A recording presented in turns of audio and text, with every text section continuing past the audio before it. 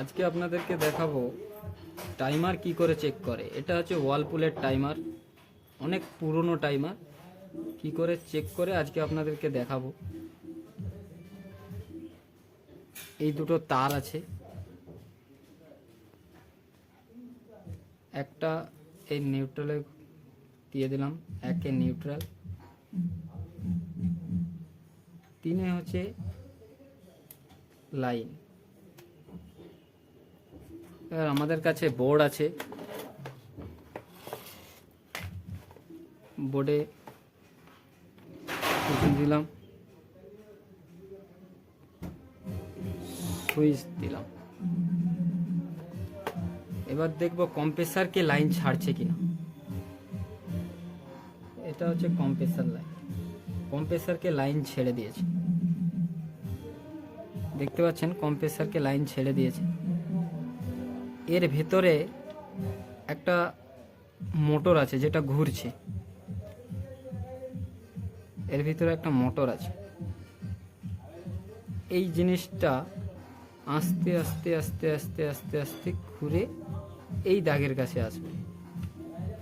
এই দাগের কাছে আসলে টাইমারটা অটোমেটিকলি অফ হয়ে যাবে।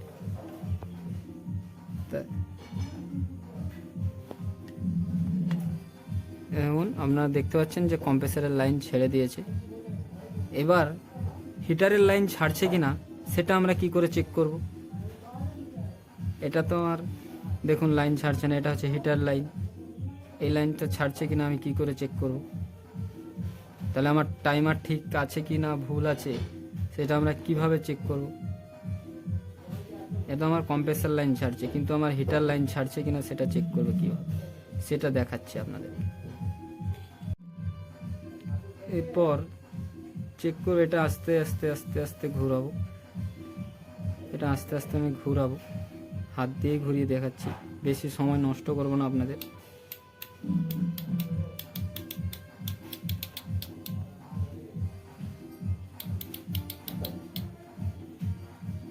দেখতে পাচ্ছেন এখনো ছাড়ছে না।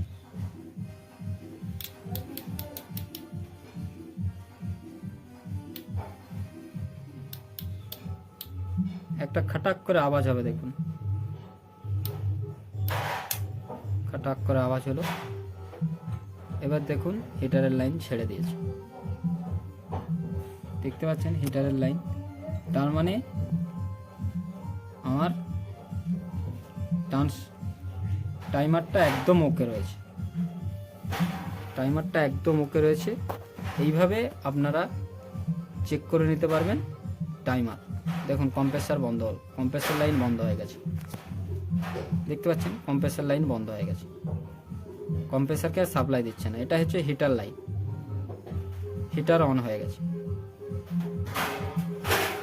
যদি ভিডিওটি ভালো লাগে সাবস্ক্রাইব করে নেবেন।